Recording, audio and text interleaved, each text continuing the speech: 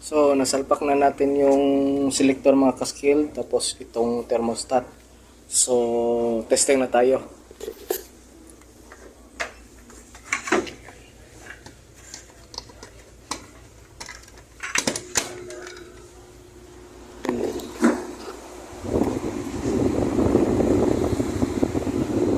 Naka-on na pala tong selector. Tignan natin kung saan nakaselector.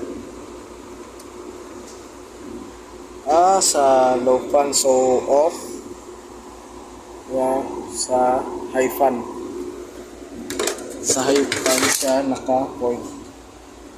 So, off natin.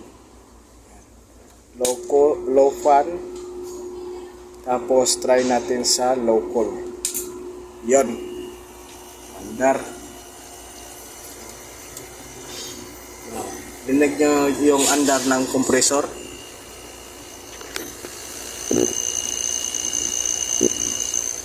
Okay. Yan. Goods na. So, ganyan lang kadali mag-repair ng mga manual mga kaskil. So, peace out.